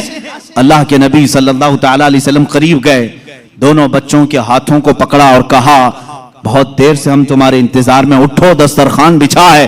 دونوں بچے اپنے کپڑے جھاڑتے ہوئے کھڑے ہو گئے. موسیٰ عیسیٰ علیہ السلام کے مردوں کو زندہ کرنے کا معجزہ تم نے سنا ہوگا. نبی رحمت صلی اللہ تعالی علیہ وسلم اپنے غلاموں کے گھر میں جو فوت شدہ شہزادے تھے انہیں زندہ بھی کیا اور اپنے دسترخوان پر بٹھایا بھی. اور یہ بچے صرف تھوڑی دیر کے لیے زندہ نہیں ہوئے تھے, پھر ایک لمبی زندگی انہوں نے گزاری میرے آقا کی صحبت میں, اور حدیثیں بھی روایت کی. یہ حضور اکرم صلی اللہ علیہ وسلم کا معجزہ. دو معجزے ایک ہی گھر میں. تیسرا معجزہ یہ ہے, یہ رحمت عالم صلی اللہ تعالی علیہ وسلم جس گھر پر جائیں اس گھر کے رحم و کرم کی باتیں نہ پوچھو, وہاں برکت ہی برکت ہے. پورا کھانا کھا کر جب صحابہ چلے جا رہے تھے, ساری ہڈیوں کو جمع کیا. میرے آقا صلی اللہ علیہ وسلم نے فرمایا وہی بکری کا 6 ماہ کا بچہ تھا. اللہ کے نبی صلی اللہ علیہ وسلم نے کہا, اے بکری کھڑی ہو جا. بکری اپنا کان جھاڑتے ہوئے کھڑی ہو گئی. حضرت جابر کو ان کی بکری واپس دی گئی. عزیزان گرامی, یہ مصطفیٰ کریم صلی اللہ تعالی علیہ وسلم کے ناز ہیں اور ان کے انداز ہیں. جس گھر میں گئے ساروں کو کھلایا بھی, اور کھلانے والے کے بچوں کو بھی زندہ کیا, بکری کو بھی زندہ کیا. تمہارا مال تمہیں دے دیا گیا اور سب کو کھلا بھی دیا گیا. رزق میں وسعت و برکت کے ایک دو نہیں بے شمار معجزے ہیں اللہ کے نبی صلی اللہ تعالی علیہ وسلم کے. میرے عزیزوں, ان کے علاوہ جو معجزات بڑے ہیں, جس کو شق القمر کا معجزہ کہا گیا ہے اور رد شمس کا معجزہ کہا گیا ہے. شق القمر چاند کے ٹکڑے کر دینا, رد شمس سورج کو پھیر دینا, یہ بڑے معجزات میں سے ہے جن کے تذکرے احادیث کی کتابوں میں ہے اور صحیح احادیث میں موجود ہے. مکہ مکرمہ میں بھی جادوگر تھے, لوگ جادو سمجھتے تھے. اس وقت اللہ کے نبی صلی اللہ تعالی علیہ وسلم سے کئی لوگوں نے جن معجزات کا سوال کیا, حضور پاک نے وہ انہیں کر کے دکھایا. ایک اعرابی شخص, ایک دیہاتی آیا اور اس نے کہا, اے محمد عربی صلی اللہ تعالی علیہ وسلم, میں آپ کو اللہ کا رسول کیسے مان لوں؟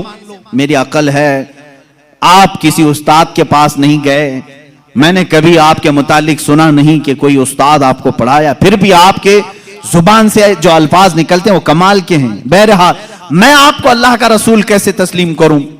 حضور پاک صلی اللہ تعالی علیہ وسلم نے اس سے پوچھا کہ کیا میں تجھے یہ سامنے والے درخت سے کہلوا دوں کہ میں اللہ کا رسول ہوں, تو مان لے گا؟ اس نے کہا ہاں مان لوں گا, درخت بھلا بات بھی کر سکتا ہے. حضور پاک صلی اللہ علیہ وسلم نے فرمایا, جا اس درخت سے کہہ دے اللہ کے رسول بلا رہے ہیں. حضور نے نہیں بلایا, اس دیہاتی سے کہا, یہ بات توجہ چاہتا ہوں, اس نقطے کو سمجھو. حضور حکم دے درخت آ جانا چاہیے نا. حضور نے فرمایا اس دیہاتی سے جو دیکھنے آیا تھا, جا تو خود بول کہ اللہ کے رسول بلا رہے ہیں. وہ گیا دیہاتی, درخت کو مخاطب کر کے کہا, اے درخت تجھے اللہ کے رسول بلا رہے. حدیث پاک میں وہ درخت اپنی جڑوں سمیت باہر آئے. کافی بڑا درخت ہے اور جھومتے ہوئے جیسے پنڈلیوں پر انسان چلتا ہے بارگاہ مصطفیٰ میں آیا اور ایسے جھکا جیسے انسان رکوع میں جھکتا ہے، اور اس کے بعد اس درخت سے آواز آنے لگی، اشہد انک رسول اللہ، گواہی دیتا ہوں کہ آپ اللہ کے رسول ہیں۔ اللہ کے نبی صلی اللہ علیہ وسلم نے فرمایا درخت تو اپنے مقام پر واپس چلا جا۔ وہ درخت پھر وہی چلا گیا جہاں تھا وہیں۔ آج بھی مکہ مکرمہ میں اس درخت کی جگہ پر ایک مسجد بنائی گئی ہے۔ یہ ترکیوں کی بدولت بنی تھی، وہابیوں کی بدولت نہیں۔ اس مسجد کو مسجد شجرہ کہتے ہیں، درخت والی مسجد۔ اس دیہاتی نے بعد میں کہا، اے اللہ کے رسول، جب درخت آپ کو اللہ کا رسول مانتے ہیں اور سجدہ کرتے ہیں، ان سے زیادہ حق تو انسانوں کا ہے۔ میں سجدہ کروں آپ کو، میں اللہ کا رسول مانوں؟ اللہ کے نبی نے فرمایا، اللہ نے اپنے علاوہ کسی اور کے لیے سجدہ حلال نہیں کیا، سجدہ صرف اللہ کا ہوگا۔ ہاں، اس نے کلمہ طیبہ پڑھا اور ایمان لایا۔ میں یہاں بتانا چاہتا ہوں، معجزہ وہ ہے رسول جو کہہ دے وہ ہو جائے، لیکن یہاں تو رسول نے درخت کو نہیں کہا، اس دیہاتی نے جا کر کہا، وہ بھی ابھی ایمان نہیں لایا تھا، ایمان لانے سے پہلے جا کر کہا، اے درخت تجھے رسول بلا رہے ہیں۔ پتا چلا رسول کا غلام جو ہوتا ہے، رسول سے جس کی نسبت ہو جائے، جس کا کنیکشن مضبوط ہو جائے، وہ بھی اگر مخلوقات کو حکم دے دے تو اس کے حکم کی وہ پابندی کرتے نظر آتے ہیں، اس کے حکم کی پابندی کرتے نظر درخت سے پوچھتے اگر تم، اے درخت کیا تو ایک دیہاتی کی بات مان کر اپنی زمین کی جڑوں سے نکل آیا؟ یہ دیہاتی بھلا ہے کون؟ تو اس کی بات کیسے مان لیا؟ تو درخت تمہیں اپنے عالم ارواح میں غالباً یہ جواب دے دے، وہ کہے گا نادان تو یہ نہ دیکھ کہ وہ دیہاتی مجھے بلانے آیا تھا، یہ دیکھ وہ کس کے حکم سے آیا تھا، جس کا حکم تھا اس کے حکم پر میں بجا لانے کے لیے اس عمل کو کیا۔ عزیزان گرامی وقار، یہ درختوں کے معجزے یہ ایسے نہیں ہیں کہ صرف ہم لوگوں نے لکھے ہیں۔ تاریخ کے اوراق آج اس بات کے شاہد ہیں کہ مکہ کے کفار و مشرکین بھی ان معجزات کو دیکھتے رہے۔ ان معجزات کو انہوں نے دیکھا، درخت کا نکل کر کے آنا، ہرن کا بات کرنا حضور سے، اونٹ کا بات کرنا، بھیڑیے کا گفتگو کرنا، یہ مکہ والوں نے سنا بھی ہے۔ فصیح عربی زبان میں ایک بھیڑیا گفتگو کر رہا تھا مکہ میں۔ ایک آدمی نے، مکے والے نے دیکھا بھیڑیا گفتگو کر رہا ہے عربی میں، اس کا شکار اس نے چھین لیا تھا۔ اس نے کہا اللہ نے جو مجھے رزق دیا تو نے چھین لیا۔ اس نے پلٹ کر کے کہا کیا جانور بھی عربی بولتے ہیں؟ اس بھیڑیے نے جواب کیا دیا سنی۔ اس بھیڑیے کا جواب وہ عاشق رسول ہوگا۔ اس نے کہا اے نادان، جانور کا بات کرنا اتنے تعجب کی بات نہیں، اس سے بڑے تعجب کی بات تو یہ ہے اللہ کا سب سے مقدس رسول مکہ میں ہے اور تو ایمان نہیں لاتا۔ اس سے بڑا تعجب یہ ہے۔ اسی سے سمجھ میں آتا ہے کہ جانور بھی یہ جانتے ہیں کہ اللہ کے رسول سب سے اعلیٰ و افضل ہیں، اشرف و اکمل ہے۔ عزیزان گرامی وقار، ایک بار ابو جہل نے پروپیگنڈا پھیلایا کہ آؤ دیکھتے ہیں محمد کی بہت صلی اللہ تعالی علیہ وسلم، بہت سارے لوگ قائل ہو گئے، یہ جو کچھ بھی دکھاتے ہیں زمینوں پر دکھاتے ہیں۔ خط لکھ کر کے یمن کے ایک بہت معزز شخص جن کو حبیب یمنی کہتے ہیں بلایا۔ ابو جہل کی اچھی دوستی تھی، تجارت کی ساتھی داری رہی ہوگی۔ حبیب یمنی کو کہا ہمارے ہاں ایک ایسا شخص نکلا ہے جو ایسے ایسے دعوے کر رہا ہے، آؤ۔ اس حبیب نے کہا میں تو اپنی آنکھوں سے آ کر کے دیکھوں گا، اگر وہ جادوگر ہے تو میں سمجھ جاؤں گا کہ وہ کیسے جادو کرتا ہے، مجھے بھی تھوڑا علم ہے۔ وہ شخص حبیب یمن سے نکل کر کے مکہ آیا۔ ابو جہل نے سارے لوگوں کو جمع کیا، محمد عربی صلی اللہ تعالی علیہ وسلم کے پاس آئے اور کہا اگر آپ اللہ کے رسول ہیں اور آپ جو کچھ دکھاتے یہ معجزہ ہے تو اب ہمیں زمینی معجزہ، زمینی کرتب کی ضرورت نہیں، اس لیے کہ مکہ والوں کا یہ عقیدہ تھا جادوگر جو بھی دکھا سکتا ہے وہ زمین پہ، آسمان پہ نہیں دکھائے گا، آسمان پہ جادو نہیں چلتا۔ آج بھی کوئی جادوگر آسمان پہ جادو کر کے دکھائے نہیں چلے گا۔ انہوں نے کہا زمین کی بہت ساری چیزیں دیکھی، آسمان پہ کچھ دکھاؤ۔ یہ 14ویں کا چاند اس رات چمک رہا تھا۔ حضور پاک صلی اللہ تعالی علیہ وسلم نے فرمایا کہ اگر میں اس چاند کو 2 ٹکڑوں میں تبدیل کر دوں تو اس شخص نے کہا حبیب جو یمن سے آیا تب تو ہم آپ کو اللہ کا رسول مان لیں گے، اگر آپ کا حکم آسمانوں پر بھی چلتا ہے۔ حضور پاک صلی اللہ تعالی علیہ وسلم جبل ابو قبیس ایک پہاڑی ہے مکہ میں، اس کے نیچے کھڑے تھے، سارا مجمع تھا۔ اللہ کے نبی صلی اللہ تعالی علیہ وسلم نے چاند کی طرف یوں اشارہ فرمایا، اچانک چاند شک ہوا، ایک ٹکڑا پہاڑ کے اس طرف، دوسرا ٹکڑا پہاڑ کے اس طرف نظر آ رہا تھا۔ یہ ایسا نہیں کہ کرتب دکھانے والے یوں توڑ کر یوں بٹھا دیں۔ اللہ کے حبیب صلی اللہ علیہ وسلم نے جو شق القمر کا معجزہ دکھایا وہ آدھی رات تک ٹکڑوں میں ہی رہا، منٹ 2 منٹ 5 منٹ نہیں، آدھی رات تک ٹکڑوں میں رہا۔ اور یہ بات صرف مکہ والوں نے نہیں، جادو ہو تو سامنے والوں کو دکھے، میاں اب تو کمال آسمان پر ہوا ہے، چاند ایک شہر میں طلوع نہیں ہوتا، پوری دنیا میں طلوع ہوتا ہے، پوری دنیا میں۔ اب میں آپ کو بتاؤں چند تاریخی باتیں۔ ہندوستان کی سرزمین پر بھی چاند کے ٹکڑے ہوتے ہوئے دیکھا تھا۔ راجا چیرمن جو کاسرگوڑ کیرلا کے رہنے والے، آج بھی اس راجا کا فورٹ موجود ہے، وہاں سے اس نے چاند کے 2 ٹکڑے ہوئے دیکھا، اور اس نے اس رات کو نوٹ کر کے رکھ لیا کہ فلاں فلاں رات چاند کے 2 ٹکڑے ہوتے ہوئے میں نے دیکھا ہے۔ پھر جب حضرت مالک بن دینار تشریف لائے، ہندوستان آئے، اور ان کے کمالات کو دیکھ کر کے اس نے کہا ایک رہسیہ ہے، ایک معمہ ہے جو حل نہیں ہوتا، میں نے ایک رات چاند کے 2 ٹکڑے ہوتے ہوئے دیکھا ہے۔ حضرت مالک بن دینار نے کہا وہ میرے آقا کی انگلیوں کی برکت تھی۔ کہا وہ کون ہے، کہاں رہتے ہیں؟ کہا وہ مکہ مکرمہ میں ہیں۔ رسول کریم صلی اللہ تعالی علیہ وسلم کے متعلق مالک بن دینار نے جب بتایا، اس راجا نے اسی وقت سفر کا ارادہ کیا اور اپنے کچھ ساتھیوں کے ساتھ سفر کے لیے روانہ ہوا، مکہ مکرمہ پہنچا بھی، اور اسلام کی دولت سے مشرف بھی ہوا۔ جہاں تک یہ تاریخ ملتی ہے، واپسی میں درمیانی راستے میں اس کا انتقال ہوا، اور مسقط سلالہ کے قریب غالباً جو عمان میں ایک شہر ہے، وہاں پر تدفین بھی عمل میں آئی، آج بھی مزار مبارک ہے۔ یہ تاریخ کی وہ سچائیاں میں آپ کو بتا رہا ہوں۔ صرف مکہ کے کافروں نے معجزہ شق القمر نہیں دیکھا، ہندوستان کو بھی فخر ہے اس بات پر کہ ہمارے درمیان سے بھی، اگرچہ وہ کفرستان میں رہنے والا راجا، لیکن بعد میں اسلام میں آ کر کے اس نے ہم سب کا کفارہ ادا کیا ہے، معجزہ شق القمر کو دیکھا بھی اور انکار نہیں کیا۔ اس سے یہ معلوم ہونا چاہیے ہندوستانی وہ ہو جو میرے آقا کے معجزوں کو دیکھے تو انکار نہ کرے، بلکہ ایمان لے کر کے آئے اور صحابہ کے نقش قدم پر چلے۔ یہ حقیقی ہندی ہونے کی دلیل بھی ہے، جو ہندوستانی مسلمان ہے وہ حضور کے علم غیب کا انکار نہ کرے۔ صحابہ نے انکار نہیں کیا تھا، صحابہ نے نہیں کہا تھا پیٹ پیچھے کی خبر نہیں ہے۔ اگر تم ہندوستان میں رہ کر کے اس طرح کی باتیں کرتے ہو تو میں کہتا ہوں دیش دروہی تو اصل یہی ہے۔ سب سے پہلے عزیزان گرامی وقار، اب رسول کریم صلی اللہ تعالی علیہ وسلم کے معجزے شق القمر کو جو ہوتے ہوئے حبیب یمنی نے سامنے دیکھا۔ اچھا، اور ایک دوسری تاریخ، چین میں، چائنا میں آج بھی ایک جگہ ہے، ایک مسجد ہے جہاں پر عبارت تحریر لکھی ہوئی ہے۔ ہمارے پاس اس کی ایک تصویر لائی تھی، اور جن لوگوں نے وہاں وزٹ کیا ہے انہوں نے بھی بتایا کہ وہاں پر تاریخ لکھی ہوئی ہے چائنا میں کہ آج کی وہ رات ہے کہ یہاں کے علاقے والوں نے آسمان پر چاند کے 2 ٹکڑے ہوتے ہوئے دیکھا ہے۔ جبکہ چائنا میں اسلام کہاں آیا تھا؟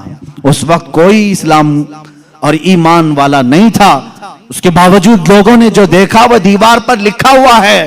یہ تاریخ کی سچائیاں ہیں، اور اس کا انکار کفر ہے، اس لیے کہ شق القمر کا معجزہ خود قرآن بیان کر رہا ہے۔ اقتربت الساعۃ وانشق القمر، قیامت قریب آ جائے گی تو چاند پھٹ جائے گا۔ اس کی تفسیر میں فرمایا چاند خود سے نہیں، حضور پاک کی انگلیوں کے اشارے سے پھٹا ہے۔ یہ معجزہ، اور اس کے بعد حضور پاک صلی اللہ تعالی علیہ وسلم کے اس معجزے کو دیکھ کر کے حبیب یمنی نے کہا اچھا یہ تو ہم نے دیکھ لیا، لیکن اللہ کا رسول وہ ہے۔ دیکھیں اب یہ عقیدہ ہے، اصل عقیدہ۔ کافر بھی عقیدہ یہ رکھتے تھے رسول وہ ہوتا ہے جو غیب کی خبریں دیتا ہے، غیب کی خبریں دیتا۔ اس نے یہ اپنی شکایت نہیں کی، کہا میرے دل میں ایک بات ہے جو چبھ رہی ہے، کیا آپ بتا سکتے ہیں؟ کون کہا؟ حبیب یمنی نے۔ حضور پاک صلی اللہ علیہ وسلم نے فرمایا ہاں تیرے دل میں یہ بات ہے کہ تیری ایک بیٹی اپاہج ہے، لنگڑی ہے اور کمزور ہے، اور اس کے جسم میں کمزوریاں ہیں پیدائشی طور پر، تجھے ہمیشہ اس کا دکھ ستاتا ہے، کاش وہ بچی صحیح ہو جائے۔ حبیب یمنی نے کہا بالکل میرے دل کی بات آپ نے بتائی، اور کلمہ طیبہ پڑھا، کلمہ طیبہ نہیں پڑھا، کہا کہ میں آپ کو پھر سے ملاقات کرتا ہوں، پھر سے ملاقات کرتا ہوں۔ ابو جہل بہت بہکانے کی کوشش کرتا رہا، حبیب جو ہے یمن کے سفر پر چلا گیا، واپس گیا، اسی شش و پنج میں تھا کہ آخر کوئی شخص میرے گھر کی بات کیسے بتا سکتا ہے؟ محمد صلی اللہ تعالیٰ علیہ وسلم یمن کبھی ادھر آئے نہیں، میرے گھر میں معذور لڑکی انہیں کیسے پتا؟ وہ یمن اسی شش و پنج میں گھر آیا، دروازہ کھولا تو دیکھا اس کی بیٹی بھلی چنگی چلتی ہوئی آ رہی، اور کیا کہہ رہی ہے؟ لا الہ الا اللہ محمد رسول اللہ۔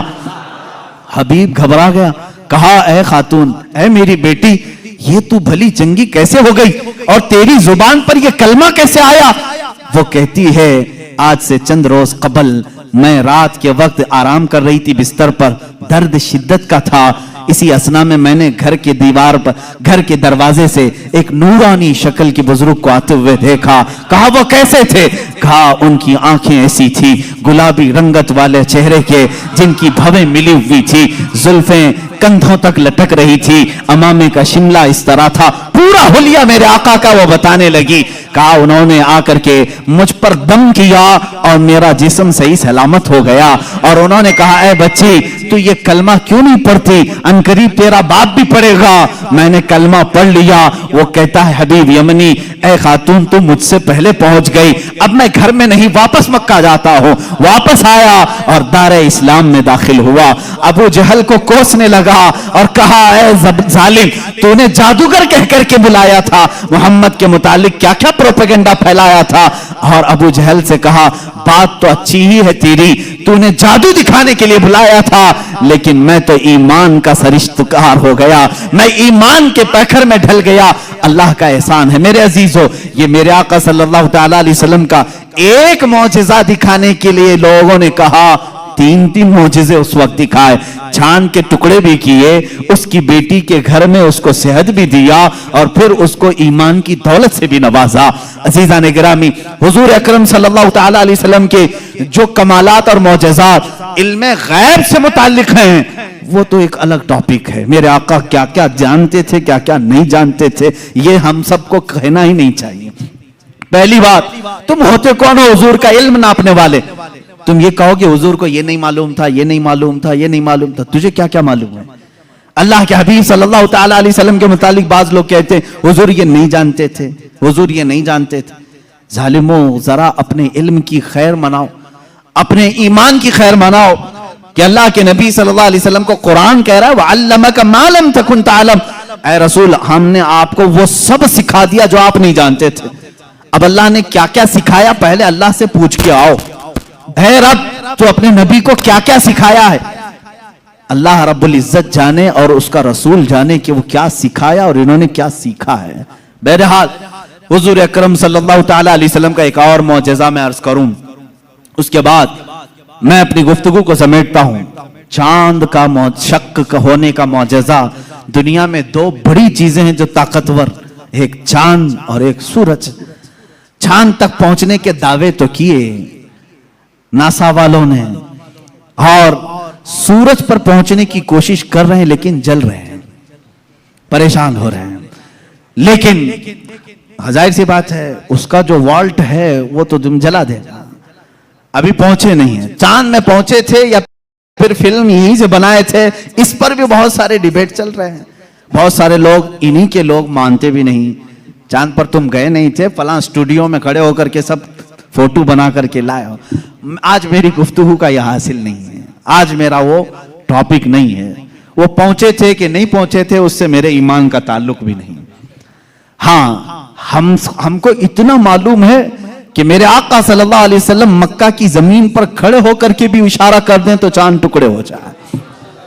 اور سائنسدانوں نے جو تحقیق کی ہے چاند کے متعلق، انگلینڈ کا ایک سائنٹسٹ ہے، اس نے کہا ہے چاند کے متعلق جو ہمارے پاس فوٹیج آئے ہیں، بہرحال یا جو کچھ بھی، اس سے ایسا لگتا ہے کہ کسی زمانے میں اس میں دراڑ پڑی تھی، اس میں کبھی دراڑ پڑی تھی، کبھی یہ ٹوٹا تھا، ان کو معلوم نہیں توڑا کس نے تھا۔ بہرحال وہ بھی میرا ٹاپک نہیں ہے۔ آج سائنس اور سائنٹسٹ یہ بھی ہمارا ٹاپک نہیں، لیکن جب بات آئے گی انشاءاللہ عرض کریں گے. اب سورج کی طرف چلتے ہیں. بات یہ تھی مولا علی کرم اللہ وجہہ الکریم رسول کریم صلی اللہ تعالی علیہ وسلم کے ساتھ ایک مقام پر آرام فرما رہے تھے، جس کو صحبہ کا مقام بتایا گیا. امام جلال الدین سیوطی رحمۃ اللہ تعالی علیہ نے بھی اس حدیث کو نقل فرمایا.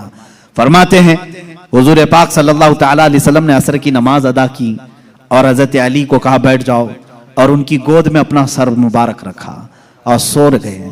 اللہ کے حبیب جب آرام فرماتے صحابہ بہت خاموش ہو جاتے. حضرت علی نے یہ کہا بھی نہیں کہ میری نماز ابھی ہوئی نہیں. اللہ کے نبی آرام فرما رہے تھے، حضرت علی انتظار میں رہ گئے. کیا آپ بیدار ہوں گے تو اٹھوں گا، اثر پڑھ لوں گا. لیکن اسی انتظار میں سورج غروب ہو گیا. حضرت علی کو دکھ ہوا کہ میری نماز چھوٹ گئی. لیکن میرے عزیزو، عقیدہ تو مولا علی کا ہے، عقیدہ تو مولا علی کا ہے کہ نماز اللہ کی ہے، فرض ہے. اور یہاں رسول پاک صلی اللہ علیہ وسلم آرام کر رہے ہیں. اٹھا دینا چاہیے تھا، میرے مولا کی نماز ہے، میں پہلے نماز پڑھ لوں. لیکن وہ صحابی تھے، وہابی نہیں تھے. حضور پاک صلی اللہ تعالی علیہ وسلم سے انہوں نے سنا تھا اگر نماز کے دوران بھی رسول تمہیں بلا لے، نماز چھوڑ کر تمہیں رسول کی بات پر آنا ہے. قرآن کہتا یا ایھا الذین آمنوا استجیبوا للہ وللرسول اذا دعاکم. صحابی نماز پڑھ رہے ہیں، حضور نے پکار لیا ان کو، آ جانا ہے. ان کو حکم ہے شریعت کا، وہ آ جائیں. حضور نے فرمایا جاؤ بازار میں سامان لے کر کے آؤ، فلاں کو دے دو، فلاں کو دے دو. سب کام کر لیا، واپس آئیں تو کیا کریں؟ فرمایا اگر 2 رکعت ہوئی تھی تو باقی کی 2 رکعت وہیں سے کنٹینیو کریں. وہ باطل نہیں ہوئی جو چھوڑ کر گیا تھا. کیوں؟ اس لیے کہ وہ جو چھوڑ کر گیا تھا کسی ایرے غیرے کے کام میں نہیں، اطاعت رسول میں گیا تھا. اس سے پتا چلتا ہے نماز اللہ رب العزت کا حکم بجا لانا ہے اور رسول کی اطاعت کے مطابق کرنا ہے. مولا علی اسی فارمولے پر عمل کر رہے تھے.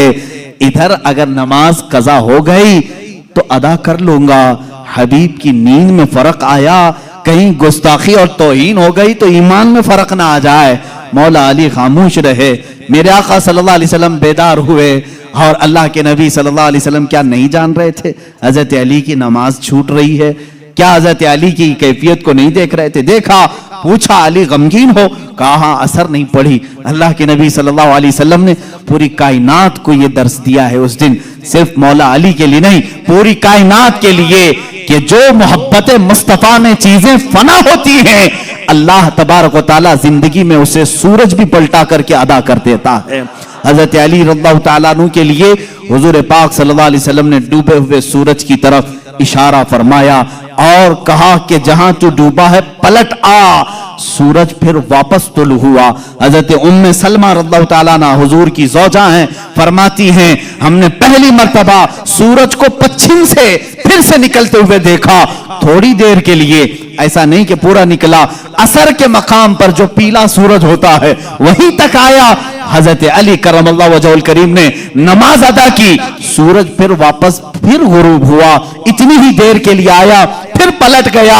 اسی لیے امام اہل سنت فاضل بریلوی رضی اللہ تعالیٰ عنہ فرماتے ہیں سورج الٹے پاؤں پلٹے چاند اشارے سے ہو چاک. سورج الٹے پاؤں پلٹے چاند اشارے سے ہو چاک. اندھے نجدی دیکھ لے قدرت رسول اللہ کی، اندھے نجدی دیکھ لے قدرت رسول اللہ کی. اشارے سے چاند چیر دیا، چھپے ہوئے خور کو پھیر دیا، گئے ہوئے دن کو عصر کیا.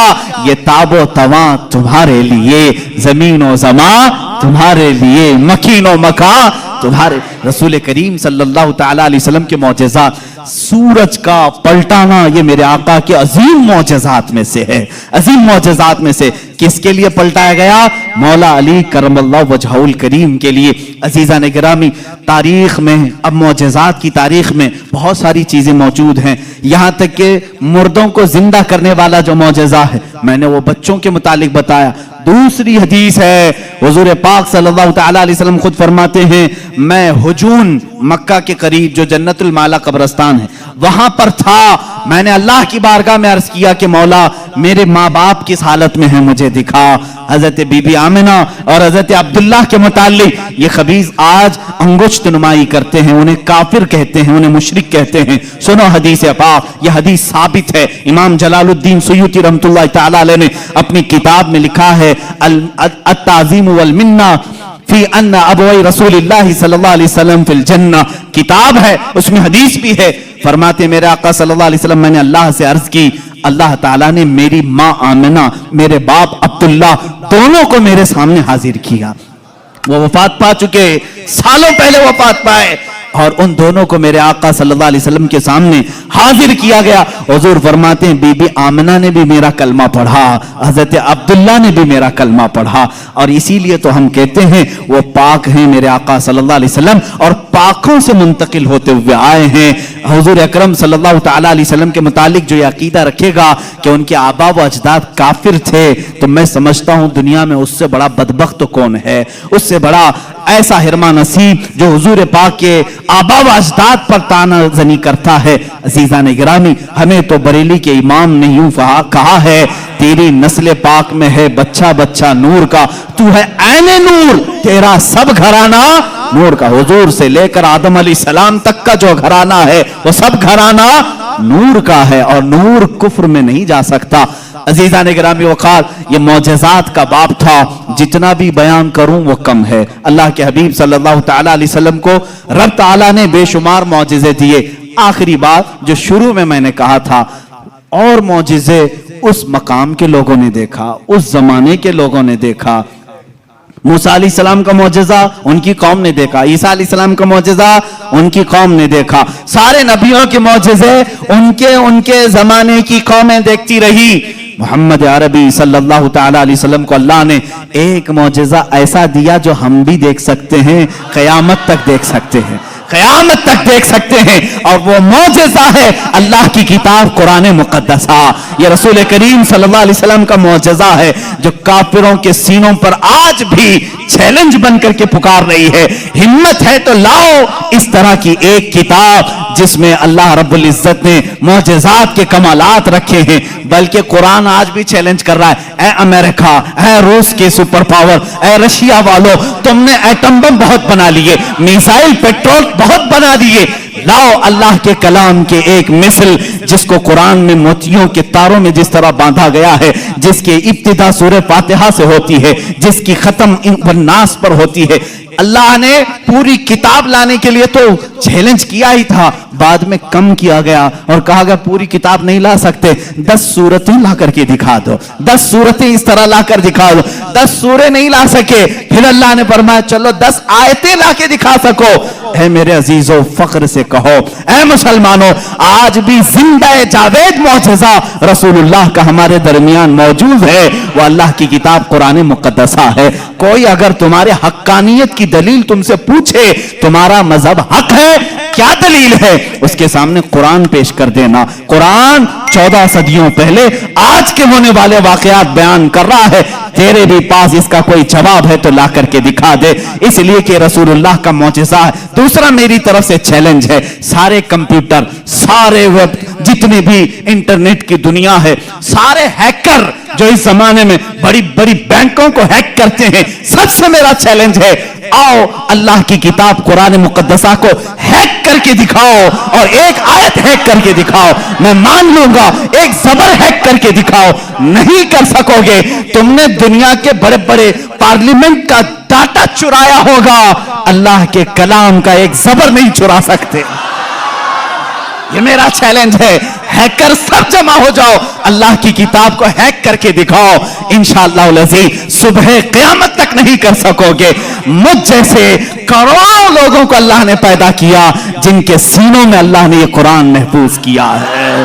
عزیزان گرامی وقار، یہ میرے مصطفیٰ کا زندہ جاوید معجزہ ہے، اس کو سینے سے لگاؤ، اس کو پڑھو بھی، اس پر عمل بھی کرو۔ مولا ہمیں دنیا میں قرآن کے ساتھ رکھے اور صاحب قرآن کی محبت کے ساتھ رکھے، جب قبر میں جائیں تو مولا ہمیں قرآن کے ساتھ قبر میں لے جائے اور صاحب قرآن کی زیارت نصیب کرے، جب حشر میں مولا ہمیں اٹھائے تو قرآن کے ساتھ اٹھائے اور صاحب قرآن تاجدار مدینہ کی شفاعت نصیب فرمائے۔ وآخر دعوانا الحمدللہ رب العالمین۔